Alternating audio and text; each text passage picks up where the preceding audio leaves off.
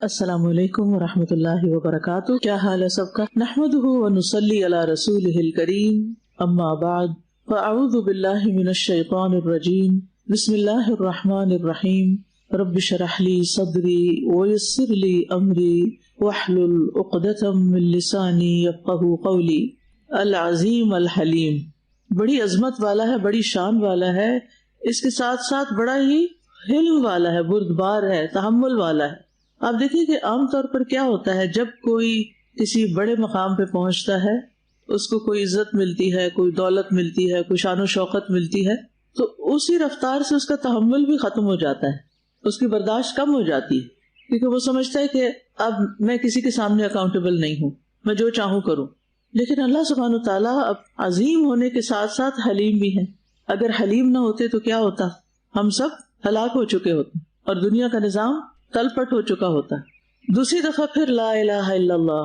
تو اس سے کیا پتہ چلتا ہے کہ لا الہ الا اللہ جو ہے یہ کلمہ نجات ہے، دنیا میں بھی تکلیفوں اور غموں سے بچنے کا ذریعہ ہے، اور آخرت میں بھی نجات کا دار و مدار اسی ایک کلمے پر ہے، توحید پر ہی ہے، اس کے بغیر چھٹکارا نہیں. دنیا میں بھی اگر آپ غموں سے نکلنا چاہتے ہیں تو توحید کو پکڑ لیں، صرف ایک اللہ کو سہارا سمجھیں. سب سہارے کمزور ہیں، باطل ہیں، ختم ہونے والے ہیں، لیکن ایک اللہ کی ذات ہے کہ جو کل من علیہا فان ویبقی وجہ ربک ذو الجلال والاکرام، اس کو فنا نہیں، باقی ہر چیز کو فنا ہے. تو جو چیز خود ختم ہونے والی ہے، ٹوٹنے والی ہے، اس کا سہارا لے کے تو آپ بھی ٹوٹیں گے، آپ بھی ختم ہو جائیں گے. پھر آپ توجہ کے ساتھ پڑھیں لا الہ الا اللہ رب العرش العظیم. اب یہاں پر اللہ تعالیٰ کی صفت رب آئی ہے، اللہ کا نام رب آیا ہے، اور وہ رب تو ساری کائنات کا ہے، لیکن یہاں کیا ہے؟ رب العرش العظیم، عرش عظیم کا رب ہے اللہ، عرش عظیم کا رب ہے. پھر تیسری دفعہ لا الہ الا اللہ رب السماوات ورب الارض، اور دوبارہ رب العرش الکریم. تو دو دفعہ عرش کی بات ہوئی ہے، ٹھیک ہے، دو اللہ تعالیٰ کے نام آئے ہیں، العظیم الحلیم، یعنی دو اسماء و صفات ساتھ ساتھ آئی ہیں، اور دو اور چیزوں کا ذکر کیا گیا ہے، اور وہ ہے سماوات اور ارض کا، ٹھیک ہے. دو عرش کی صفات، آسمان اور زمین، دو آبجیکٹس، دو صفات اللہ کی، اور تین بار اللہ کی توحید کا بیان. آپ نے نوٹس کیا کہ رب کا لفظ بھی کتنی بار آیا؟ رب العرش العظیم، رب السماوات، رب الارض اور رب 4 دفعہ آیا، ٹھیک ہے. تو رب کی بھی تکرار ہے، یعنی الوہیت کے ساتھ ساتھ ربوبیت کا بھی ذکر بار بار آیا ہے. تو اس سے پتہ یہ چلتا ہے کہ توحید کی تکرار، توحید پر ایمان اور توحید کو تھام لینا، یہ دراصل غموں کو دور کرنے کا ذریعہ ہے. اللہ کو ایک ماننا ہر اعتبار سے، اور اس کے سوا سارے الہوں کی نفی، خواہ وہ اپنی ذات بھی کیوں نہ ہو، جو الہ بنی ہوئی ہو ہماری، یعنی خواہشات. تو جو شخص جتنا زیادہ اللہ کے لیے خالص ہوگا اتنا ہی زیادہ اس کے اندر ایمان اور یقین مضبوط ہو جائے گا. جو اللہ پر جتنا زیادہ یقین رکھے گا، اعتماد کرے گا، اس کی صفات پر ایمان رکھے گا، اور اس کی صفات کو محسوس کرے گا، اور اس کی صفات کی بنا پر اس کو اپریشیٹ کرے گا، اور اس کو اس کی صفات کے ساتھ پکارے گا، اس کے اچھے اچھے ناموں کے ساتھ پکارے گا، اتنا ہی زیادہ وہ مشکلات سے باہر نکل آئے گا. گویا تکلیف کا سب سے بڑا علاج، چاہے وہ بیماری ہو یا کوئی اور تکلیف، سب سے بڑا علاج ایمان اور اخلاص ہے. اور اس ایمان اور یقین کے ساتھ، اخلاص کے ساتھ، توحید خالص کے ساتھ اللہ کو پکارنا غم کو دور کرے گا. کوئی اور چیز اس جیسی نہیں جو دنیا کی مصیبتوں اور آخرت کی ہولناکیوں کو دور کر سکے. یہ تو دنیا کی چھوٹی چھوٹی مصیبتیں جو ساری ختم ہو جانی ہے، لیکن آخرت کی ہولناکیاں اللہ تعالیٰ ہم سب کو محفوظ رکھے. اگر کسی کا بھی واسطہ پڑ گیا تو ان سے نکالنے والا پھر کوئی نہیں ہوگا. تو اب انشاءاللہ اپنی تسبیحات کو تو معمول بنا لینا ہے، روزانہ کی بنیاد پر کام کر رہے ہیں، کچھ کر رہے ہیں، مثلاً کنگھی کر رہے ہیں، تیار ہو رہے ہیں، اپنا گاؤن پہن رہے ہیں، گاؤن پہن کر بٹن بند کرنے میں ٹائم لگتا ہے؟ اگر 5 ہیں تو 5 سیکنڈ تو لگیں گے نا. ان 5 سیکنڈز کو استعمال کریں. اور لفظ گا گا کو مجھے اچھا نہیں لگتا، لیکن یعنی بلند آواز سے ایک لے کے ساتھ تسبیحات شروع کر دیا کریں. یعنی عادت بنا لیں گاؤن کے بٹن بند کرنے اور ساتھ کیا کرنا، تسبیح پڑھنی. اور آپ اتنا انجوائے کریں گے، ورنہ کیا ہوگا، شیطان کوئی نہ کوئی وسوسہ ڈالے گا، فلاں چیز کا کیا ہوگا، فلاں کیا. ان ہموم اور غموم سے نکلنے کا واحد راستہ یہ ہے اللہ سے تعلق پیدا کریں، جس کے کنٹرول میں ہر چیز ہے. اور پھر آپ دیکھیے کہ جب خاص کوئی تکلیف ہو جائے تو اس وقت یہ کلمہ نہ بھولیں.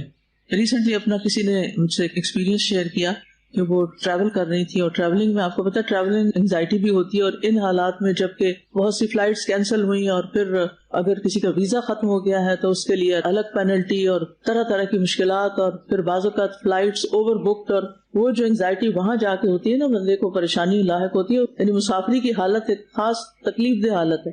تو انہوں نے کہا کہ پریشانی تھی، لیکن میں نے تجربہ کیا کہ جب بھی میں نے کسی پریشانی میں یہ کلمہ پڑھا چیزیں آسان ہو گئی. کہتے ہیں کہ میں نے تو یہی پڑھنا شروع کر دیا اور اللہ راستے کھولتا گیا، سارا کچھ آسان ہو گیا. تو بات یہ ہے کہ مشکل میں بے چین ہونے اور ہائے ہائے پکارنے سے کچھ بھی نتیجہ نہیں نکلتا سوائے اس کے کہ پریشانی اور بڑھے.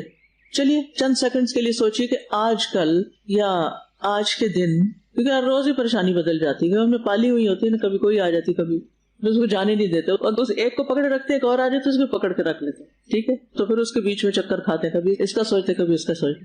آج کے دن کس چیز نے آپ کو پریشان کیا، یا آج کے دن آپ کے گھر واپسی پر کیا چیز آپ کو بادر کر رہی ہے، کہ جو بھی چیز جس وقت کیا کرنا ہے، دیر اینڈ ڈن.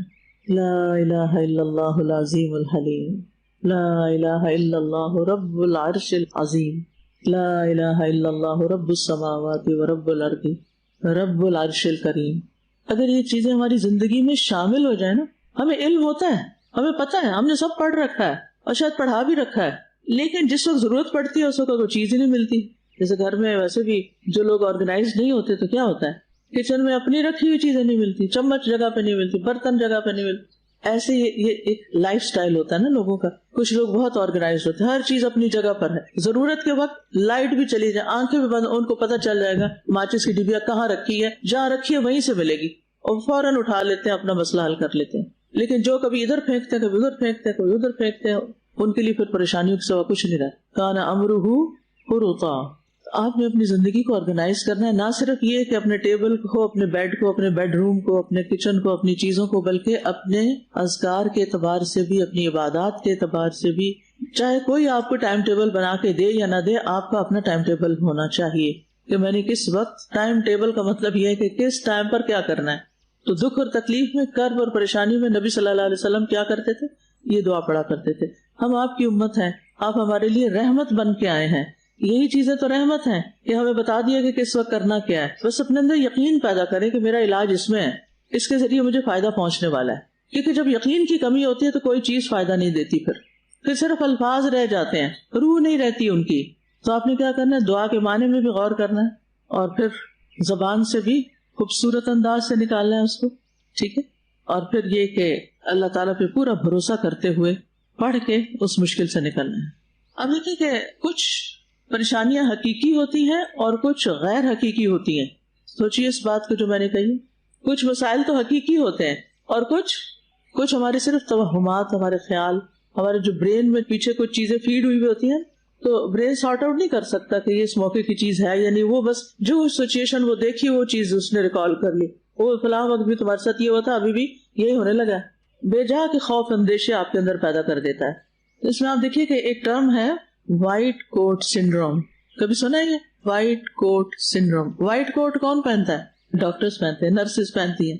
آپ ہاسپٹل میں جاتے ہیں، اپنی باری کا انتظار کر رہے ہیں، اتنے میں وائٹ کوٹ میں کوئی سامنے سے گزرتا ہے.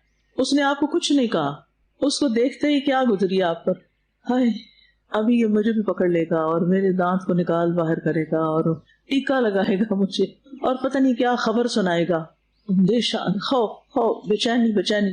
اور جب آپ ڈاکٹر کے پاس جاتے ہیں، وہ آپ سے حال چال پوچھتے ہیں تو آپ کو کچھ بھی نہیں، آپ کہتے ہیں شکر ہے کچھ نہیں. لیکن وہ جو گھنٹہ آپ نے گزارا انتظار میں، پریشانی میں، اس کی کوئی حقیقت تھی؟ کوئی حقیقت نہیں تھی. اس کو کیسے گزارنا چاہیے تھا؟ شفا کی دعاؤں کی کتاب بیگ میں رکھ کے لے جانی تھی، اس گھنٹے میں یہ پوری کتاب پڑھی جانی تھی. اور ہو سکتا ہے کہ جب آپ ڈاکٹر کے پاس جائیں اور وہ آپ کی علامات ہی تبدیل ہو چکی ہوں. ایسا کئی دفعہ ہوتا ہے. ہماری ایک جاننے والی تھی، تو ان کو اسی طرح کوئی پرابلم ہوئی، تو انہوں نے ڈاکٹرز نے کہا کہ بس فلاں دن آپ کا وہ جو اسٹنٹ ڈلیں گے. وہ لے گئے، ان کو سارا کچھ فری آف، ہر چیز ہو گئی، اسٹریچر پہ ڈالا، سب کیا. بس وہ دعائیں وغیرہ پڑھتی رہی. اور جب اندر لے کے گئے اور جو بھی انہوں نے پروسیجر کرنا، تو اس سے پہلے جب دیکھا، انہوں نے کہا یہاں تو کوئی چیز ہی نہیں جس کا ہم کریں گے، آپ کو تو کچھ بھی نہیں. اس آپریشن روم سے باہر آ گئی. حیران کون، ورنہ پہلے کی ساری رپورٹس میں یہ تھا کہ ان کا یہ علاج ہونا چاہیے. اور یہ ایک نہیں کئی مریضوں کے ایسے تجربات ملتے ہیں. اصل میں ہماری باڈی جو ہے نا ہماری سوچ کے مطابق کام کرتی. جب ہم کہتے ہیں بڑی تھکاوٹ ہو گئی یا کوئی ہمیں کہہ دے تمہارا چہرہ پیلا لگ رہا ہے آج اور کوئی بیمار لگ رہی ہو, تو پھر کیا ہوتا ہے ہم باقی بیمار پڑ جاتے ہیں. اور اس میں آپ نے دیکھا ہوگا کہ آپ ٹھیک ٹھاک ہوتے ہیں, اپنا بلڈ پریشر چیک کر کے جاتے ہیں, آپ ٹھیک ہیں, اور جب وہاں جاتے ہیں تو بہت ہائی ہوا تو کیوں ہائی ہو گیا؟ وہ مخصوص جو بو ہوتی ہے اسپتال کی, دوائیوں کی, اور چلتے پھرتے ڈاکٹرز کی, اور سرجیکل اوزار جو ہوتے ہیں ان کو دیکھ کے, اور ماحول, اور کوئی مریض روتا ہوا دیکھ کے, اور کوئی ہائے ہائے پکارتا دیکھ کے. تو یہ ساری چیزیں کیا ہیں دراصل؟ یہ سب چیزیں دراصل ہماری ذہن کی پیداوار ہوتی ہیں. ایسے میں اپنی سوچ کو بدلنے کی ضرورت ہوتی ہے, اپنے آپ کو بدلنے کی ضرورت. ہم وہ ماحول نہیں تبدیل کر سکتے کیونکہ ہماری ضرورت ہے وہاں جا کے علاج کرانا. بدل سکتے ہیں وہاں سے کچھ بھی, پتہ نہیں ہلا سکتے, وہاں آپ کو کوئی اجازت نہیں. لیکن آپ کیا کر سکتے ہیں اس وقت؟ آپ کس چیز پہ کام کر سکتے ہیں؟ اپنے آپ پر, اپنے آپ پہ کام کریں. میں کیسے تبدیل ہوں؟ یہ دنیا تو نہیں تبدیل ہوگی, مجھے تبدیل ہونا ہے. اور اگر ہر شخص یہ سوچے نا مجھے تبدیل کرنا ہے اپنے آپ کو, تو دنیا بھی تبدیل ہو جائے گی. تو بہرحال کیونکہ شفا کی دعائیں نا, تو اس لیے میں اس کو بیماری کے کانٹیکس میں لے کے چل رہی ہوں. بیماری ایک آزمائش ہے, ایک امتحان ہے. اللہ نے پہلے سے بتا دیا کہ یہ ہوگا. ضروری نہیں کوئی اسباب ہو, وجوہات ہو, وجوہات کے بغیر بھی اچانک آپ بیمار پڑ سکتے ہیں. کیونکہ ہمارے دین نے ہمیں بتایا کہ بیماری کی سب وجوہات فزیکل نہیں بھی ہوتی, بعض اوقات صرف نظر ہوتی ہے. جادو بھی بیماری کی ایک قسم ہے. آپ کو پتا ہے کہ جادو کا علاج کرنے والے کو دراصل طبیب کہا جاتا ہے. اسی سے پھر یہ طب اور طبیب اور یہ سب تو بیماریاں روحانی بھی ہوتی ہیں, جسمانی بھی ہوتی ہیں. ایسے میں کیا نہیں کرنا؟ اللہ کی رحمت سے مایوس نہیں ہونا. یہ بالکل نہیں سوچنا کہ میں ٹھیک نہیں ہو سکتی. کیا سوچنا ہے انشاءاللہ اس میں خیر ہے اور میں ٹھیک بھی ہو جاؤں گی. مایوسی جو ہے یہ ایمان کی کمزوری ہوتی ہے. مایوسی کیا ہے؟ ایمان کی کمزوری, اللہ پر یقین کی کمزوری. تو اللہ سے مایوس نہیں ہونا. لا تقنطوا من رحمت اللہ ان اللہ یغفر الذنوب جميعا. اللہ کی رحمت سے مایوس نہ ہو, بے شک اللہ سب گناہوں کو بخش دیتا ہے. اچھا, مایوس ہونے کو اتنا برا کیوں سمجھا گیا؟ ایک تو یہ کہ اللہ کی ذات پر اعتماد نہیں, شک ہے, متزلزل یقین ہے وہ نہیں کرے گا, میرے ساتھ تو نہیں کرے گا, مجھے نہیں ٹھیک کرے گا. جیسے وہ ایک بوڑھے نے کہا تھا نا کہ یہ بخار تو اسے قبر میں لے کے اترے گا. نہیں, کچھ مریض ہوتے ہیں نا بیچارے بزرگ کہتے ہیں میں نے نہیں بچنا, اب لگتا ہے میں نے نہیں بچنا. وہ یہی سنڈروم ان کے اندر گھوم پھر رہا ہوتا ہے کہ میں نے نہیں بچنا. لہٰذا کیا ہوتا ہے جسم اسی طرح ڈیڈ ہونا شروع ہو جاتا ہے. اللہ خیر کرے گا, ٹھیک ہو جاؤں گی. پہلے بھی تو فلاں موقع پہ اللہ نے شفا دی تھی, فلاں کو بھی تو شفا دی. پازیٹیو سوچ, پازیٹیو باتیں. مایوسی اللہ سے نا امید ہونا, اللہ تعالیٰ کی عظمت پر یقین نہ ہونا ہے, اللہ کی قدرت پر یقین نہ ہونا ہے, اللہ سے دوری کی علامت ہے. دوسرا نقصان یہ ہے مایوسی کا کہ وہ ہمارے اندر غفلت پیدا کرتی ہے, اللہ کے ذکر سے ہمیں روک دیتی ہے.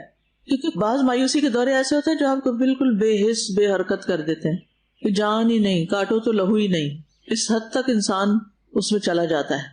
تو ہمارے دین نے تو ہمیں سکھایا ہے کہ دعا تقدیر کو بدل دیتی ہے, تسبیح تقدیر کو بدل دیتی ہے, جیسے یونس علیہ السلام کے ساتھ ہوا تھا. پھر یہ کہ مایوسی سے جسمانی صحت متاثر ہوتی ہے. ہمارا جو امیون سسٹم ہے, مدافعاتی نظام ہے, وہ نظام کمزور ہو جاتا ہے اور اس سے بیماری لمبی ہو جاتی ہے اور انسان ریکور نہیں کر پاتا کیونکہ اندر طاقت ہی نہیں ہے, جان ہی نہیں ہے, ہمت ہی نہیں ہے بیماری سے لڑنے کی, اس کو باہر نکالنے کی. اور اس کے برعکس جو امید ہوتی ہے اور مثبت سوچ جو ہوتی ہے وہ شفا کو تیز کر دیتی ہے. اور وہ مثبت سوچ اللہ کے ذکر میں ہے, ان کلمات کو پڑھنے میں ہے. صبر سے کام لینا, نماز سے کام لینا, دعا سے کام لینا, اور پھر اچھی امید رکھنا. یہ بیماری میرے گناہوں کو دھونے کا ذریعہ ہے. اب مثلاً ایک شخص ہے جس کو مرض الموت لگ گیا ہے, ایسا بھی تو ہوتا ہے نا کہ بیماری بڑھتی جا رہی, دوا ہو رہی ہے اور بڑھ رہی ہے, بڑھ رہی ہے, ایک کے بعد ایک چیز مسئلہ بڑھتا جا رہا ہے. اب اس کو تو موت نظر آ رہی ہے اور مرنا تو ایک دن ہے سب نے, یہ بھی کیفیت ہوتی ہے نا. اس میں کیا کرنا ہے؟ اس میں بیماری کو نعمت سمجھنا ہے کہ شکر ہے میں اچانک نہیں مر گئی, اللہ نے مجھے اس سے گزار کے اپنے پاس بلایا ہے تاکہ میں صاف ستھری ہو کر جاؤں, کیونکہ گناہ مٹتے ہیں. اس وقت پازیٹیو سوچ کیا ہوگی؟ یہ میرے گناہوں کو دھونے کا ذریعہ ہے, میرے گناہ دھل رہے ہیں, میرے درجے بلند ہو رہے ہیں. یعنی دو میں سے ایک چیز ہوگی نا, یا آزمائش گزر جائے گی یا پھر یہ کہ زندگی گزر جائے گی اور اللہ کے پاس جانا ہوگا, اور انسان اس میں بھی اپنے لیے خیر سمجھتا ہے. اور ویسے عمومی طور پر کسی بھی مشکل وقت میں انسان سوچے یہ مشکل یہ بھی گزر جائے گی. وہ ایک انگریزی کا محاورہ ہے, دس شیل ٹو پاس, یہ بھی چلا جائے گا. پھر اللہ تعالیٰ کی یہ صفت یاد کرے، وما کان ربک نسیا، تیرا رب بھولنے والا نہیں، میرا رب مجھے نہیں بھولا، وہ ہر لمحے مجھے دیکھ رہا ہے. جتنی بڑی آزمائش ہے اتنا ہی بڑا انعام بھی ہے. اللہ چاہے تو مجھے چند لمحوں میں شفا دے دے. میری ساری دعائیں میرے لیے عبادت بن رہی ہیں، درجات کی بلندی کا ذریعہ بن رہی ہیں، اور اللہ مجھے تنہا نہیں چھوڑ دے گا. اللہ تعالیٰ تو مجھے اس وقت بھی نہیں چھوڑے گا جب یہ سارے مجھے قبر میں چھوڑ کے آ جائیں گے، کیونکہ میرا تو اس پر ایمان ہے. میں نے تو زندگی اس کی یاد میں گزاری ہے. یہ کیسے ہو سکتا ہے کہ میں جب قبر میں جاؤں تو وہ مجھے چھوڑ دے؟ اور صبر کرنے والوں کو کس چیز کی خوشخبری ہے؟ جنت کی خوشخبری ہے. تو انسان خود بھی تسلی دے اپنے آپ کو، اور آس پاس کے لوگ بھی کیا کریں؟ اس کو تسلیاں دیں. اللہ کے نام پڑھیں، سنیں. الحمدللہ بہت اچھے سے ریکارڈیڈ ہے. پتہ نہیں یہاں لگتے ہیں کہ نہیں اللہ کے نام کسی وقت کلاس میں مریض کو وہ سنوائیں، رقیہ سنوائیں، خود سنیں. اب تو مشکل ہی نہیں، پہلے تو ٹیپ ریکارڈر یا کسی مولوی صاحب کو بلائیں وہ آ کے پڑھے، خود نہیں پڑھنا آتا. اب تو الحمدللہ آپ خود بھی پڑھ سکتے ہیں، اور ہر ایک کے پاس اسمارٹ فونز ہیں، اس میں آپ ڈاؤن لوڈ کر سکتے ہیں رقیہ. اور کچھ نہیں تو شروع سے قرآن سننا شروع کر دیں. اور یہ صاحب دیکھیے، ایک تو ہوتی ہیں بیماریاں اور ایک ہوتی ہے وقتی تکلیف. جیسے ہر عورت ولادت کے جو مرحلے سے گزرتی ہے وہ بھی کچھ مصیبت سے کم نہیں ہوتا، نئی زندگی اس کو ملتی. تو اس وقت بھی میں نے دیکھا کہ بہت سی خواتین قرآن سن رہی ہوتی جن کو اویئرنیس تھی، جنہوں نے قرآن پڑھا، اور وہ ان کے لیے بڑا ہی خوبصورت مرحلہ بن جاتا ہے. وہ تکلیف آ رہی ہوتی ہے لیکن قرآن کی آیتیں بھی ساتھ ساتھ تسلی دے رہی ہوتی ہیں، اور آنے والا بچہ بھی اس قرآن کو سن رہا ہوتا ہے، اور اللہ کے ذکر سے ایک نئی زندگی کا آغاز ہو رہا ہوتا ہے. تو اس لیے ان لمحات کے لیے یعنی آپ پہلے سے پریپیئرڈ ہوں. جیسے وہ ایمرجنسی کٹ ہوتی ہے نا، تو بیماریوں کے لیے ایک ایمرجنسی کٹ بنا کے رکھیں. اور الحمدللہ ایک اچھی کٹ بن گئی ہے کہ اگر بہت سی چیزیں نہیں بھی مل رہی تو ایک اسمارٹ فون ہے انشاءاللہ، اس کے اندر ایپ میں بھی ساری دعائیں ہوں گی اور کتاب بھی ساتھ ہو. کتاب اس لیے بھی اچھی ہے کہ اگر آپ خود نہیں پڑھ پا رہے تو کسی اور کو کہیں گے ذرا ساری پڑھ کے سناؤ مجھے. تو بہرحال اس سے دل مضبوط ہوتا ہے، اللہ کے ذکر سے، اللہ کے نام سے، اللہ کی یاد سے دل مضبوط ہوتا ہے. اور پھر یہ ہے کہ سیلف ٹاک اچھی کریں. سیلف ٹاک کیا ہوتا ہے؟ اپنے آپ کو خود مخاطب کرنا. جیسے اچھا بیمار ہو گئی ہو، اچھا کوئی بات نہیں، پھر کیا ہوا؟ تھک گئی ہو تو پھر کیا ہوا؟ ہارنا نہیں، ہمت نہیں چھوڑنی، اللہ سے مایوس نہیں ہونا. بس تھوڑی سی بات ہے، تھوڑی دیر کی بات ہے، شفا قریب ہے، اللہ کے وعدے سچے ہیں، سب اچھا ہوگا. اور روزمرہ کی چھوٹی چھوٹی چیزوں میں بھی اپنے آپ کو بہادر بنا کے چیلنج کا مقابلہ کیا کریں. مثلاً آپ کو پتہ ہے کہ کینیڈا میں تو مسلسل ایک سردی ہی کی کیفیت ہوتی ہے. سردیوں میں تو سردی ہوتی ہے لیکن گرمیوں میں بھی ہر جگہ اے سی چل رہے ہوتے ہیں، جس کی وجہ سے وہ گرمیاں محسوس نہیں ہوتی، ٹھنڈی ہوتی ہے. لہٰذا آپ کو 12 مہینے گرم پانی ملتا ہے نہانے کے لیے. ٹھیک، لیکن روٹین کی بات ہے، نارم ہے یہ. لیکن یہاں تو نہیں ہوتا. یہاں تو جو ہی گرمی شروع ہوتی ہے سب لوگ اپنے گیزر، کیونکہ گیس اتنی مہنگی، گیزر بند. اب جو پانی ملے گا وہ کیا ہوگا؟ خصوصاً اس مہینے میں تو ٹھنڈا ہوگا. اچھا اب جو ٹھنڈا پانی ہے اب اس کے نیچے کیسے جائیں؟ یہ کس چیز کا تقاضا کرتا ہے؟ بہادری کا کرتا ہے نا.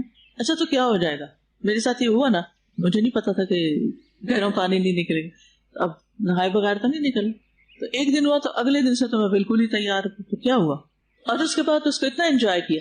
پھر مجھے یاد ہے ایک ٹونی رابنز ہے یا کوئی ایک بہت بڑا موٹیویشنل اسپیکر ہے، اس کا میں نے پڑھا کہ وہ ہر روز یخ پانی میں چھلانگ لگاتا ہے، اپنے ٹب میں ٹھنڈے پانی میں اپنے آپ کو رکھتا ہے کہ اس سے میری دماغی حالت اچھی ہوتی ہے. اس کے لیے بیسٹ یہ ہوتا ہے کہ جو چہرہ ہے نا اپنا، جب لگے کہ بہت زیادہ برین فاگ ہونے لگ گئی ہے اور اسٹریس ہونے لگ گئی ہے، تو ٹھنڈے پانی کا بول لے کے اس میں برف ڈال کے اس میں فیس ڈپس کیے جاتے ہیں. اس سے آپ کے نیورولوجیکل پاتھ ویز کلیئر ہو جاتے ہیں، تو آپ کی سوچ میں کلیئرٹی آ جاتی ہے اور you feel happier after a while. تو اب دیکھیں ہمیں تو دن میں 5 دفعہ وضو کرنے کے لیے کہا تھا. تو سردیوں میں کتنا مشکل ہوتا ہے، تو اس کو چیلنج سمجھ کے لیں، کوئی بات نہیں، اس سے مجھے بہت فائدہ ہونے والا ہے. تو اس سے کیا ہوتا ہے کہ بس ایک میں کہتی ہوں تھوڑی سی دیر کی بات. پھر اب دیکھیں ہم میں سے ہر ایک کو کبھی کوئی دانت کی تکلیف ہو گئی، کبھی کہیں اور ہو گئی، اور اب تو بلڈ ورک کے لیے بھی انجیکشن لگانے پڑتے ہیں. اچھا جب وہ جاتے ہیں نا تو دیکھ رہے ہوتے ہیں اچھا کوئی اور ہمارے سامنے، اچھا اس کو لگانی آتی، یہ بندہ صحیح ہے. اچھا اس طرح کی باتیں سوچ رہے اور خوف زیادہ بیٹھے ہوتے ہیں. اچھا تو میں اس وقت کیا کرتی ہوں، بس 1 سیکنڈ کی بات ہے، بس 1 سیکنڈ کی بات ہے، اس کے بعد ختم. اندر جا کے تو اس سے کچھ بھی نہیں کرنا. تو پہلے سے میں اینٹیسپیٹ کر رہی ہوتی، ابھی ہوئی تو بس ختم ہو جائے گی، ابھی ختم ہو جائے گی، ابھی لگے گی نہیں، ابھی ختم ہو جائے گی. ٹھیک، تو آپ کو کچھ نہیں، الحمدللہ پڑھ لیتے ہیں، جو ہی تکلیف ہوئی الحمدللہ، اور یہ یقین کے گناہ جھڑ گئے. ایسی چھوٹی چھوٹی سچویشن کو بطور مثال آپ کے سامنے رکھ رہی ہوں کہ ہمیں اپنی سیلف ٹاک جو ہے نا، تو کیا ہوا، کچھ نہیں ہوتا ایسے، پہلے نہیں، کئی دفعہ تو تم نے کیا تو کیا ہو گیا تھا، کچھ بھی نہیں ہوا، تھوڑی دیر کی تو بات ہے، تو سارا دن تھوڑی یہی ہوتا رہے گا. اپنے سے اچھی باتیں کریں. اگر کوئی نہیں نا اور اچھی باتیں کرنے والا, اپنی سیلف ٹاک اچھی کر لیں, ہمت کرو, اٹھ جاؤ, خیر ہے, اللہ ہے نا, کچھ نہیں ہوتا, سب ٹھیک ہو جائے گا. آج تک اللہ نے سب اچھا کیا ہے, آگے نہیں کرے گا. اتنی اچھی اچھی چیزیں ہیں زندگی میں, اگر یہ ہو گیا تو کیا ہوا, کچھ نہیں ہوا. اٹھو اٹھو, دوسروں کو تسلی دو, وتواصوا بالحق وتواصوا بالصبر کرو. پریشان ہونے سے کچھ نہیں ملے گا. یعنی جو بھی آپ بولیں, یہ تو چند ایک جملے جو مجھے یاد آ رہے ہیں اس وقت. آپ سمجھے کہ کوئی آپ کو بہت ہی پیارا شخص ہے نا, اس کو آپ اچھے سے پیار سے بات کر رہے ہیں, اب وہ اپنے آپ سے کریں. ہم کس بات پر ہوتے ہیں, کوئی ہمیں تسلی دینے والا نہیں. بھائی کوئی کے انتظار میں کیوں بیٹھے ہو, اپنے آپ کو خود تسلی دو, ٹھیک ہے. کوئی کا انتظار نہ کریں کہ کوئی اور آئے اور وہ ہمارا درد دور کرے. اٹھ بیٹھ. پھر آپ دیکھیے کہ اس مثبت سوچ سے نا آپ کے جو جسم کے سیلز ہیں نا وہ اسی طرح ریئیکٹ کریں گے. یعنی جو آپ کی سوچ ہوگی نا, کیونکہ یہ ہمارا نروس سسٹم جو دماغ سے کنیکٹڈ ہے نا, وہ سارے جسم میں جا کے وہی میسیجز دیتا ہے جو آپ اس کو اوپر سے دے رہے ہیں. اچھے میسج دیں گے تو اچھا ہی ہوگا انشاءاللہ. آپ دیکھیں کہ پلاسیبو افیکٹ کا پڑھا ہوگا آپ نے. وہ کیا ہوتا ہے, مریض کو دوائی کوئی نہیں دیتے, ایسی میٹھی گولی دے دیتے ہیں اور اس کو کہتے ہیں کہ یہ بہت افیکٹو ہے, لیٹسٹ ہے, فلاں فلاں, اور وہ صرف اس کو ہی کھا کے ٹھیک ہو جاتا. کیوں؟ یہ سوچ بدل گئی کہ میں نے اس سے ٹھیک ہو جانا ہے, یہ بڑی افیکٹو دوا ہے, اس سے تو سب اچھا ہی ہو جاتا ہے. جتنے یقین کے ساتھ اس کو لیں گے انشاءاللہ اتنا ہی فائدہ ہوگا. اور ویسے بھی اللہ سبحانہ تعالیٰ فرماتے ہیں وَلَا تَيْأَسُوا مِن رَوْحِ اللَّهِ, سورۃ یوسف کی آیت نمبر 87 ہے. اور اللہ کی رحمت سے مایوس نہ ہونا, بے شک اللہ کی رحمت سے صرف کافر لوگ ہی مایوس ہوتے ہیں. اللہ اکبر, یہ کیا کہہ دیا گیا, کافر مایوس ہوتے ہیں. تو اگر میں نے یہ کیا, میں مایوس ہو گئی, تو کہیں ایسا نہ اللہ تعالیٰ مجھ سے ناراض ہو جائے. یہ ہوتا ہے انبیاء کا ایمان, اللہ سے امید. بعض کہتے ہیں 40 سال گزر گئے تھے جدائی کو, لیکن امید نہیں چھوڑی. جاؤ بھائی کو تلاش کرو, مل سکتا ہے, مل جائے گا. تو مایوسی بری بلا ہے, اس سے نکلنے کے لیے اللہ کا ذکر, اور یہ جو خاص ذکر آپ کو میں نے بتایا نا بخاری کی روایت والے, اس کو زبانی یاد کرنا, ٹھیک ہے. سارا کر لیں تو بہت ہی اچھا ہے. السلام علیکم ورحمۃ اللہ. وعلیکم السلام. میں سوچ رہی تھی کہ مریض تو اس کے اوپر تو شیطان کا ایک سیویئر حملہ ہوتا ہے اور وہ سوچیں اس کو آ رہی ہوتی ہے, لیکن ہمیں یہ سکھایا گیا کہ مریض کی عیادت کرنے جاؤ تو اس کے ساتھ اچھے کلمات کہو, اس کو تسلی دو. جیسے رسول اللہ صلی اللہ علیہ وسلم جاتے تھے تو لا باس طہور انشاءاللہ.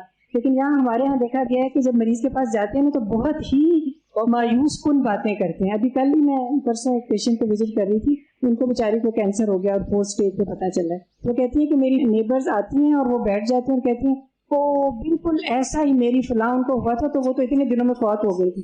اس طرح کی باتیں کرتے ہیں. کہتی ہیں مجھے سخت تکلیف ہوتی ہے اور میں نے ان سب کو یہ کہہ دیا ہے کہ اب اس طرح کی باتیں میرے پاس نہ کیا کریں. تو ہمیں مریض کو بہت اچھی اس کو پازیٹیو کرنے کی ضرورت ہے, اور یہ ہمیں معاشرے کو سکھانے کی ضرورت ہے کہ وہ کس طرح سے مریض کی عادت کریں. اگر اس حال میں بیٹھے ہوئے لوگ پازیٹیو ہو جائیں گے نا, یقین کریں یہ خیر کہاں کہاں تک پھیل جائے. اپنی ذات سے شروع کر کے, اپنے آس پاس سے شروع کر کے. یہ علم نا برائے علم نہیں ہے, یہ علم برائے عمل ہے. اور یہ کیا ہے, اللہ سبحانہ تعالیٰ نے نبی صلی اللہ علیہ وسلم کے ذریعے جو رحمت للعالمین تھے, یہ سب کچھ ہمیں سکھایا ہے. اوتھینٹک سورسز سے ہم تک پہنچا ہے. ہم کتنے خوش قسمت ہیں. دنیا میں کتنے ہی لوگ ہیں جو لاسٹ ہیں, ان کو پتہ ہی نہیں کہ ایسے موقع پہ کرنا کیا ہے, اور ہمیں پتہ اور ہم کرتے نہیں. کتنی بدقسمتی کی بات. استاذہ جی میرا اپنا واقعہ ہے کہ مجھے نا تقریباً 3 سال پہلے میرے گال بلیڈر کا آپریشن ہونا تھا. مجھے شوگر بھی ہے, تو سامھاؤ میری جب بھی میں جاتی تھی نا آپریشن کے لیے, پہلے جو پریپریشن ہوتی ہے, تیاری ہوتی ہے, اس میں مجھے ڈاکٹر نے کہا کہ آپ اپنا شوگر کا ٹیسٹ کروا کے. تو شوگر کا ٹیسٹ میرا بہت زیادہ ہے, کہتے نہیں آپ کا بھی آپریشن نہیں ہو سکتا, آپ چلی جائیں. تو میں ویٹنگ روم میں نماز پڑھ رہی تھی, ڈاکٹروں سے بات کر رہی تھی, ابھی آپس میں بچیاں سے بیٹھی ہوئی تھی. تو اتنی میں نا میں دعائیں بڑے کر رہی تھی کہ اللہ تعالیٰ مجھے آپریشن کروانے کی ضرورت نہ پڑے. تو وہاں پہ نا ایک پیشنٹ ہے, بہت غریب سے تھے, تو ان کی بیٹی جو اور ان کے والد بھی انتقال کر گئے تھے, چھت سے گری تو ان کے دماغ پہ چوٹ لگی. تو انہوں نے کہا کہ ڈاکٹر یہاں پہ کہہ رہے ہیں کہ اس کا نا MRI کروانا ہے. تو MRI تو بہت مہنگا, تو ہمارے پاس تو پیسے ہی نہیں ہے. تو میں نے دین اینڈ دیئر سوچا کہ میں نے ان کی ہیلپ کرنی ہے. جو بھی اگر اللہ تعالیٰ نے ان کو یہاں پہ بھیجا ہے نا, یہ آفیسرس روم میں آئی ہیں, تو اس کا مطلب ہے کہ میں نے ان کی ہیلپ کرنی ہے. میں نے ان کو فوراً پوچھا, میں نے کہا کتنے کا ہوتا ہے, کیا ہے, کس طرح ہے. میں نے ان کو فوراً پیسے جو ہے نا وہ آن لائن ٹرانسفر کر دیے. اور اس کے بعد میں جب گھر آئی تو میں نے اپنے بردر ان لا سے بات کی کہ میرا آج آپریشن تھا اور اس طرح سے تھا. کہتے ہیں مجھے خالہ آپ اپنا جلدی سے نا اپنے ٹیسٹ وغیرہ بھیجے. میں نے ٹیسٹ وغیرہ بھیجے اپنے, ان کو وہ قطر میں ہوتے ہیں. کہتے ہیں جتنی آپ کے اندر ڈسٹ ہے نا آپ کے گال بلیڈر میں, کہتے ہیں اتنے میں تو ہم آپریشن نہیں کرتے. اور اس میں بھی ہم یہ کرتے ہیں کہ پورے سال میں صرف ایک دفعہ ہم گال بلیڈر کا جو ہے نا الٹرا ساؤنڈ کرتے ہیں, تو آپ کو تو ضرورت ہی نہیں ہے. تو اس کے بعد الحمدللہ استاذہ جی مجھے ضرورت نہیں پڑی. ایک صدقہ اللہ سے دعا تسبیحات نے مجھے اتنا فائدہ دیا کہ اب میں جب بھی کوشش کرتی ہوں کہ کسی صدقہ باکس کے پاس سے گزروں نا, چاہے 2 کوائن ہی صدقہ کروں. جو آپ کی میں نے ایک دفعہ سنا تھا, آپ کا لیکچر سنا تھا, اس میں آپ نے کہا تھا کہ اللہ کو چاہے آپ تھوڑا عمل کریں لیکن تھوڑا تھوڑا کریں, اللہ کو پسند ہے مسلسل کریں. تو استاذہ جی میں تو جاتے جاتے 2 کوائن بھی ڈال دیتی ہوں. آرگنائز کر کے رکھیں, ایک چھوٹا سا پاؤچ الگ رکھیں صدقہ کا اپنے بیگ کے اندر ہی, کہ پھر اس وقت سوچنا نہ پڑے اور کسی کو تمہارے پاس ہیں 10 روپے ذرا مجھے دے دو میں نے صدقہ کرنا ہے, یہ نہ کرنا پڑے. پہلے سے آرگنائز کریں گے, ویکلی آرگنائز کر لیں, منتھلی کر لیں, چینج لے کے رکھیں, بینک سے لے کے رکھیں یا جہاں سے بھی آپ لے سکتے ہیں, لیکن وہ آپ کی زندگی کا ایک حصہ ہونا چاہیے. لا الہ الا اللہ وحدہ لا شریک لہ لہ الملک ولہ الحمد وہو علی کل شیء قدیر کل شیء قدیر کل شیء قدیر. اللہ کے سوا کوئی الہ نہیں, وہ اکیلا ہے, اس کا کوئی شریک نہیں, اسی کے لیے بادشاہت ہے اور اسی کی تعریف ہے, اور وہ ہر چیز پر پوری طرح قادر ہے. ابو ہریرہ رضی اللہ عنہ سے روایت ہے کہ رسول اللہ صلی اللہ علیہ وسلم نے فرمایا, جو شخص دن میں یہ دعا 100 مرتبہ پڑھے گا اسے 10 غلاموں کو آزاد کرنے کا ثواب دیا جائے گا, 100 نیکیاں اس کے نامہ اعمال میں لکھ دی جائیں گی اور 100 برائیاں اس سے مٹا دی جائیں گی, اور وہ شخص سارا دن شام تک شیطان سے محفوظ رہے گا. نیز کوئی شخص اس سے بہتر عمل نہیں لے کر آئے گا, البتہ وہ شخص جو اس سے زیادہ عمل کرے یعنی زیادہ پڑھے. اتنا پاورفل کلمہ ہے یہ. اس کلمے کو دعا بھی کہا گیا, اور یہ دعا کہاں پڑھی جاتی ہے؟ جو لوگ حج پہ جا رہے ہیں آپ میں سے انہوں نے پڑھا ہوگا, سنا ہوگا, یہ عرفہ کے دن پڑھی جانے والی دعا ہے. جب پہلی دفعہ میں نے پڑھا نا کہ یہ دعا ہے تو مجھے سمجھ نہ آئی کہ کون سی دعا ہے. یہ تو صرف اللہ کی تعریف ہے. اب آپ کو سمجھ آ گئی کہ یہ کون سی دعا ہے؟ دعائے عبادت. یس, اللہ کی تعریف کرنا عبادت ہے, اور یہ اللہ تعالیٰ کی رحمت کو پانے کا ایک ذریعہ ہے. ٹھیک ہے, تو لا الہ الا اللہ. آپ دیکھیے پھر توحید کی تکرار ان تینوں دعاؤں میں, اور یہاں ہر الہ کی نفی ہے, اور یہ حقیقی نفی ہے, کیونکہ اللہ تعالیٰ فرماتے ہیں ان ہی الا اسماء سمیتموها انتم وآباؤکم, یہ تو محض کچھ نام ہیں جو تم نے اور تمہارے باپ دادا نے رکھ لیے ہیں, اللہ کے سوا کوئی حقیقی معبود ہے ہی نہیں. سب کی نفی. تو وحدہ, وہ اکیلا ہے, یعنی یہ اثبات ہے, کنفرم کیا جا رہا ہے, افرمیشن ہے کہ وہ ایک ہی ہے. لا شریک لہ, اس کا کوئی شریک نہیں, نفی کی تاکید ہے. آپ دیکھیں ذرا دعا کے الفاظ پہ غور کیجئے, ٹھیک ہے, کتاب میں دیکھیے. پہلے کیا ہے؟ لا الہ الا اللہ, اس کے بعد وحدہ, یہ کیا ہے؟ تاکید ہے کس چیز کی؟ کہ اللہ ہی الہ ہے, ایک ہے. لا شریک لہ, یہ تاکید ہے کس کی؟ لا الہ کی. ٹھیک ہے, یعنی بات ایک ہی ہے لیکن تاکید کے ساتھ کہی جا رہی ہے. لہ الملک, ساری بادشاہت اسی کی ہے, اور بادشاہ کے پاس کیا ہوتا ہے؟ اختیار ہوتا ہے. دنیا کے بادشاہ تو کسی مخصوص چیز کے مالک ہوتے ہیں, سب چیزوں کے نہیں ہوتے. اللہ پوری کائنات کا بادشاہ ہے, بادشاہت ہے ہی اس کے لیے, اور اس کی بادشاہت انسانوں کی طرح نہیں ہے جس میں نقص, کمی, کوتاہی بہت کچھ ہوتا ہے. حقیقی بادشاہ ہے. یہ بادشاہ کا لفظ کیوں کہا گیا اور اسی کی بادشاہت کی بات کیوں کی جا رہی ہے؟ مثلاً آپ کسی ہاسپٹل میں جاتے ہیں اور آپ کے پاس علاج کرانے کے لیے مثلاً پیسے نہیں ہیں یا کچھ ڈاکٹروں کی توجہ چاہیے, تو آپ پتہ کرتے ہیں کہ اس ہاسپٹل کو اون کون کرتا ہے, اس کا مالک کون ہے. پھر وہ پتہ چلتا ہے کہ وہ تو جاننے والے ہیں. آپ کو کیا ہو جاتا ہے؟ تسلی, جاننے والے ہیں, وہ تو اپنے ہی ہیں. پھر آپ ان کو اپروچ کرتے ہیں. مثلاً آپ کا بچہ ہے کوئی, آپ اس سے بات کرتے ہیں, دیکھیں میرا بچہ علاج کے لیے جا رہا ہے تو پلیز آپ ڈاکٹرز کو ذرا تاکید کر دیں. یہ تسلی کی بات ہے نا. تو یہاں بھی کیا ہے؟ لہ الملک, اصل بادشاہ تو اس کی ہے اور میں اس سے مانگ رہا ہوں, تو پھر پریشانی کی تو کوئی بات ہی نہیں ہے, وہ سب ٹھیک کر دے گا. یہ سارے اسی کے کنٹرول میں ہیں, ان کی پریشانی کے بال اسی کے ہاتھ میں ہے. وَلَهُ الْحَمْدُ, اور تعریف بھی, ساری تعریف, ہر طرح کی تعریف, اس کا حقدار بھی وہی ہے. اللہ کے سوا کسی کی بھی جو تعریف ہے وہ جزوی ہے, معمولی ہے. حقیقی اور اصلی تعریف اللہ ہی کی ہے. وَهُوَ عَلَى كُلِّ شَيْءٍ قَدِيرٌ, اصل بات یہ ہے کہ اس کے لیے کوئی کام ناممکن ہی نہیں, ہر چیز ممکن ہے. اللہ کے سامنے کوئی چیز ایسی نہیں کہ جو وہ نہ کر سکے. اگر کوئی چیز ایگزسٹ ہی نہیں کرتی تو اس کو وجود میں لا سکتا ہے, کیا اس کے سوا کوئی اور یہ کر سکتا ہے؟ نہیں. اتنی حیران کن بات ہے کہ یہ کچھ بھی نہیں تھا تو اس نے یہ سب کچھ بنایا. اچھا اس نے بنایا, یہ بھی بنایا, یہ بھی, جو بھی اللہ کی چیزیں بنائی ہوئی دیکھتے جائیں. خود چلے باہر کو نہیں, اب بند کمروں میں ہم رہتے ہیں گرمی کی وجہ سے, تو آپ کیا کریں؟ اپنے ہاتھوں کو دیکھنا شروع کر دیں, ناخنوں کو، باہر کی اسکن کو، اندر کی اسکن کو، ان لکیروں کو، اس فیل کو، اس ٹچ کو، اس کو، یہ اللہ نے بنایا. یہ کیا ڈیزائن ہے، یہ کیا فلیکسیبلٹی ہے. کہیں بھی غور و فکر شروع کر دیں. شیشہ لے کے اپنی شکل دیکھیں اور اللہ کو یاد کریں. ہمارا تو شیشہ دیکھنے کا بھی مقصد کیا ہوتا ہے؟ اپنی تعریف چاہنے کے لیے پریزنٹیبل خود کو بنانا، اپنے لیے تعریف چاہیے ہوتی ہے، اس لیے بار بار دیکھتے. ایک زمانہ تھا جب ہم اسکول میں تھے تو اس وقت اسکول کا جو جرنل تھا یا آپ کہیں کہ فائل ہوتی تھی اس کے اندر شیشہ لگا ہوا ہوتا تھا. یعنی جیسے کاپی ہوتی ہے نا ایسی رجسٹر ٹائپ، اس کو جب کھولتے تھے تو اس کے اندر شیشہ لگا ہوتا تھا. اب لڑکیاں اکثر یہی کر رہی ہوتی تھی، کلاس میں بیٹھے بیٹھے اپنے آپ کو دیکھ رہے ہیں، کیونکہ کچھ ایج ایسی ہوتی ہے تو ہر وقت دیکھنے کا شوق ہوتا ہے اپنے آپ کیسا لگ رہا ہوں. تو آپ اپنی نیت بدل لیں، اللہ کی قدرت دیکھیں. سبحان اللہ، اللہ نے یہ ناک کیسے ڈیزائن کیا، یہ آنکھیں کیسے ڈیزائن کی، یہ کیسے کیا، اور حیران ہوا کرے، اپنے آپ کو حیران کیا کرے اللہ کی تخلیق پر، اور سوچا کرے وہ اللہ کل شیء قدیر، جو یہ کر سکتا ہے، اتنا مشکل کام کر سکتا ہے، وہ میری تکلیف تو چھوٹی سے وہ بھی دور کر سکتا ہے.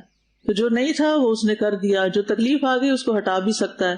اور اس میں پھر اللہ سبحانہ وتعالیٰ کی مکمل قدرت اور طاقت کا یقین کرنا. ٹھیک ہے، اور یہ طاقت اور قدرت اللہ تعالیٰ کی آپ کو ہر چیز میں نظر آئے گی. آپ اپنا کھانا کھانے بیٹھے اسی پہ غور و فکر شروع کر دیں، وہاں آپ کو نظر آئے گی. آپ کے جسم سے جتنے اخراجات ہوتے ہیں اگر ان پر ہی غور کریں تو حیران ہو جائیں گے کہ کتنے آٹومیٹک سسٹم ہیں. جتنے بھی جسم میں سوراخ ہیں ان سب سے کچھ نہ کچھ نکل رہا ہے. یہ سسٹم کس نے بنایا ہے؟ اور پھر یہ کہ کچھ چیزیں تو ہم جانتے ہیں، کچھ چیزیں ہم دیکھتے ہیں، کچھ دیکھتے نہیں. اللہ کا عرش کسی نے دیکھا ہو؟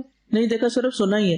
سن کے ہیبت طاری ہو جاتی. سورج چاند پر غور و فکر، پہاڑوں کی تخلیق میں غور و فکر، پانی میں جو پیتے ہیں اس میں غور و فکر، اس پر اپنے آپ سے سوال کیا. اور یہ کام صرف آپ نے اپنے لیے نہیں کرنا، اپنے بچوں کے ساتھ بھی ایکٹیویٹی کرنی ہے. کیوں کرنی ہے؟ تاکہ ان کا ایمان مضبوط ہو، ان کا یقین اللہ پر بڑھے. وہ سارا وقت انسانوں کی بنائی ہوئی چیزیں دیکھتے رہتے ہیں، انسانوں سے مرعوب ہوتے رہتے ہیں، ان کے فین بن جاتے ہیں، ان کو فالو کرنے لگتے ہیں، اور جس نے سب کچھ بنایا اس کو بھولے ہوئے ہوتے ہیں. اس قدر افسوس کی بات ہے نا کہ ہمارے دلوں میں اللہ کی عظمت نہ ہو اور بندوں کی عظمت کا احساس ہو. پھر آپ دیکھیں دن رات کا مشاہدہ کیا کریں، رات کیسے دن میں بدل جاتی ہے، دن کیسے رات میں چلا جاتا ہے. پھر اسی طرح یہ موسم کیسے تبدیل ہو جاتے ہیں، یہ فصلیں کیسے پک جاتی ہیں، یہ پودے کیسے اگ جاتے ہیں، یہ بارش کیسے برس جاتی ہے. یہ ان گنت چیزیں اللہ کی قدرت پر یقین لانے کے لیے اگر ان میں آپ غور و فکر کریں. ہر چیز میں نشانی ہے اگر آپ کی نگاہیں دیکھنے والی ہیں. خود زمین و آسمان کی تخلیق اللہ کی قدرت کی نشانی ہے، اور وہ ان سب چیزوں کا بادشاہ بھی خود ہے، مالک بھی خود ہے، اور پھر ان کو دوبارہ بنانے پر بھی قادر ہے. اللہ تعالیٰ قرآن مجید میں اپنی ملکیت کی بات کرتے ہیں. سورۃ المؤمنون کی آیت نمبر 88 ہے. آپ ان سے کہہ دیجئے وہ کون ہے جس کے دست قدرت میں ہر چیز کی کامل ملکیت ہے، اور وہ جو پناہ دیتا ہے اور جس کے خلاف کوئی پناہ نہیں دی جا سکتی اگر تم کچھ جانتے ہو. اچھا یہ بتائیے آپ میں سے کون کون سجدے میں تسبیح کے علاوہ، سبحان ربی الاعلیٰ کے علاوہ کوئی اور تسبیح بھی پڑھتا ہے؟ چلیے میں ایک آپ کو تسبیح بتاتی ہوں. آپ کی کیفیت لازماً بدلے گی اگر آپ سوچ کے پڑھیں گے. سبحان ذی الجبروت والملکوت والکبریاء والعظمت. کبریا کا مد بھی کھینچنا آپ نے. 4 لفظ ہیں، ایسی ہیبت طاری ہوتی ہے، ایسی دل کی کیفیت بدلتی ہے. ایک تو ہم پڑھتے ہیں نا سبحان ربی الاعلیٰ، سبحان ربی الاعلیٰ. سبحان اچھی چیزیں اپنی زندگی میں داخل کیا کریں، وہ چیزیں جو آپ کا ایمان بڑھائیں، وہ جو آپ کا یقین بڑھائیں، کیونکہ اس کے بغیر زندگی نہیں گزرتی. بہت مشکل ہو جاتی ہے زندگی، اس کے بغیر آپ اچھے اچھے کام نہیں کر سکتے. تو سب سے زیادہ اپنے اور اپنے بچوں، اپنے گھر والوں کے ایمان میں اضافہ کرتے رہنے کی ضرورت ہوتی ہے اگر آپ ایک نارمل زندگی بسر کرنا چاہتے ہیں دنیا میں. ورنہ اوپر سے ہنس رہے ہوں گے اور اندر سے رو رہے ہوں گے کیونکہ اندر کھوکھلا ہے. لوگوں کے سامنے کچھ بن کے دکھا رہے ہوں گے اور اپنی ذاتی زندگی میں کچھ اور ہوں گے. ایسا یقین، ایسی سکینت، ایسی کیفیت جو آپ کے دل کو ایک ایسا قرار دے کہ آپ سونے جائیں تو وہ قرار ساتھ ہو، سو کے اٹھیں تو وہ قرار ساتھ اٹھے، آپ کچھ کھا پی رہے ہوں تو وہ اندر کا قرار باقی ہو، اور کوئی چیز اگر اس کو ڈسٹرب کرے تو واپس اذکار سے پھر واپس اسی پہ آ جائیں. تو آپ نے کیا کرنا ہے؟ یہ دعا جھنگے میں یاد کر رہے ہیں. اگر نہیں بھی آپ کے کورس کا حصہ تو بھی اپنی خاطر اللہ کی عظمت کو محسوس کریں، کتنا بڑا ہے وہ رب. سبحان ذی الجبروت والملکوت والکبریاء والعظمت. بس سب کچھ تو اسی کے لیے، اصل مالک تو وہ ہے. اور قدیر سے لفظ پھر قدر بھی نکلتا ہے، تقدیر بھی اسی کے ہاتھ میں جو القدیر ہے. تو اس لیے ہر مسئلے کا حل اللہ ہی کے پاس ہے. ٹھیک ہے. اچھا اگلی دعا آپ سب مل کے پڑھیں. پچھلی دعا سے ملتی جلتی ہے. صرف اللہ سبحانہ تعالیٰ کی 2 اور صفات کا ذکر کیا گیا ہے کہ وہ زندگی بھی دیتا ہے اور موت بھی دیتا ہے, اور وہ خود زندہ بھی ہے اور کبھی نہیں مرے گا. ساری بھلائی اسی کے ہاتھ میں, وہ علی کل شیء قدیر. باقی دعا اسی طرح ہی ہے. اللہ کے سوا کوئی الہ نہیں, وہ اکیلا ہے, اس کا کوئی شریک نہیں, اسی کے لیے بادشاہت ہے اور اسی کی تعریف ہے. وہ زندہ کرتا ہے اور موت دیتا ہے, اور وہ زندہ ہے, کبھی نہیں مرے گا. اسی کے ہاتھ میں بھلائی ہے اور وہ ہر چیز پر پوری طرح قادر ہے. یعنی ساری بھلائی اس کے ہاتھ میں اور وہ سب کچھ کر بھی سکتا ہے. اتنا یقین بندے کے اندر آ جائے تو کیا مشکل رہے گی کوئی. عمر رضی اللہ عنہ سے روایت ہے کہ رسول اللہ صلی اللہ علیہ وسلم نے فرمایا, جس نے بازار میں داخل ہوتے وقت یہ دعا پڑھی تو اللہ تعالیٰ اس کے لیے 10 لاکھ نیکیاں لکھ لیتا ہے اور 10 لاکھ برائیاں مٹا دیتا ہے اور اس کے 10 لاکھ درجے بلند کرتا ہے. ایک خاتون مجھ سے ملنے آتی ہیں اور وہ جب ملتی ہیں وہ کہتی ہیں میرے لیے تو ہر مسئلے کا حل بازار میں داخل ہونے کی دعا ہے. پہلے تو 1-2 تو مجھے سمجھ نہیں آئی کیا کہتی ہیں, پھر میں نے غور کیا کہ اچھا یہ کلمہ, وہ کہتی مجھے اس پر بڑا یقین ہے, میں جہاں جاتی ہوں اس کو پڑھ لیتی ہوں, ہر مشکل کا حل مجھے مل جاتا ہے اس میں. اب یہ ان کے ذاتی تجربات ہیں نا, جو جتنی گہرائی میں سوچتا ہے پھر اس کے مطابق اس کو لے بھی لیتا ہے اپنے لیے. یعنی سنت سے ایسے ثابت نہیں کہ ہر موقع پہ, لیکن بازار جاتے ہوئے اگر یہ پڑھنی ہے تو اتنی نیکیاں اگر ملنے والی ہیں تو اور کیا چاہیے. بس ایک دعا اور ہے, پڑھیے سب مل کے. اللہ کے سوا کوئی معبود برحق نہیں اور اللہ سب سے بڑا ہے. اللہ کے سوا کوئی الہ نہیں, وہ اکیلا ہے. اس کے سوا کوئی الہ نہیں, وہ اکیلا ہے. اس کا کوئی شریک نہیں. اللہ کے سوا کوئی معبود برحق نہیں, اسی کے لیے بادشاہت ہے اور اسی کی تعریف ہے. اللہ کے سوا کوئی معبود برحق نہیں اور اللہ کے سوا کسی کے پاس زور اور طاقت نہیں. اس میں بھی تکرار کس چیز کی ہے؟ کتنی دفعہ آیا ہے یہ؟ 5 دفعہ. ٹھیک ہے. اس دعا کے بارے میں آتا ہے, ابو مسلم الاغر کہتے ہیں میں گواہی دیتا ہوں کہ ابو سعید الخدری اور ابو ہریرہ رضی اللہ عنہما نے گواہی دی کہ ان دونوں کی موجودگی میں رسول اللہ صلی اللہ علیہ وسلم نے فرمایا کہ جو لا الہ الا اللہ واللہ اکبر کہتا ہے تو اس کا رب اس کی تصدیق کرتا ہے اور کہتا ہے ہاں میرے سوا کوئی معبود برحق نہیں, میں ہی سب سے بڑا ہوں. اور جب وہ لا الہ الا اللہ وحدہ کہتا ہے تو آپ نے فرمایا اللہ تعالیٰ کہتا ہے ہاں مجھ تنہا کے سوا کوئی معبود برحق نہیں. اور جب کہتا ہے لا الہ الا اللہ وحدہ لا شریک لہ تو اللہ تعالیٰ کہتا ہے ہاں مجھ تنہا کے سوا کوئی معبود برحق نہیں اور میرا کوئی شریک نہیں. اور جب وہ کہتا ہے لا الہ الا اللہ لہ الملک و لہ الحمد تو اللہ تعالیٰ فرماتا ہے کوئی معبود برحق نہیں مگر میں, میرے ہی لیے بادشاہت ہے اور میرے ہی لیے حمد ہے. اور جب کہتا ہے لا الہ الا اللہ ولا حول ولا قوت تو اللہ تعالیٰ فرماتا ہے ہاں میرے سوا کوئی معبود نہیں اور گناہوں سے بچنے اور بھلے کام کرنے کی کوئی قوت نہیں مگر میری توفیق سے. اور آپ فرماتے تھے جو شخص ان کلمات کو اپنی بیماری میں کہے اور مر جائے تو اسے آگ نہیں کھائے گی. کتنا ضروری ہے مریض کے لیے اس کو پڑھنا, کیونکہ زندگی کا تو نہیں پتا. تو جو کوئی اپنی بیماری میں یہ دعا پڑھ لے اور مر گیا اسی بیماری میں, اسے آگ نہیں کھائے گی. اب اس میں جو ایکسٹرا چیز ہے, باقی چیزیں تو ڈسکس ہو چکی ہیں, لا حول ولا قوت الا باللہ, اس پر ایک الگ چیپٹر ہے, تو انشاءاللہ وہاں ہم اس کلمے کی مزید تفصیل بیان کریں گے. السلام علیکم ورحمۃ اللہ.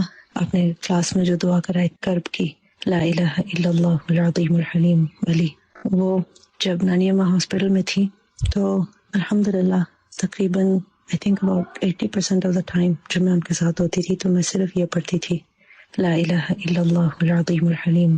اونچا اونچا, یعنی اتنا اونچا کہ وہ سن سکے, اور آہستہ بھی تھا کہ ان کو میری آواز بادر نہ کرے, کیونکہ مجھے ہوتا تھا کہ وہ لا الہ الا اللہ آرام سے پڑھ سکیں. تو ان کو یاد ہے کتنی تکلیف تھی. سبحان اللہ.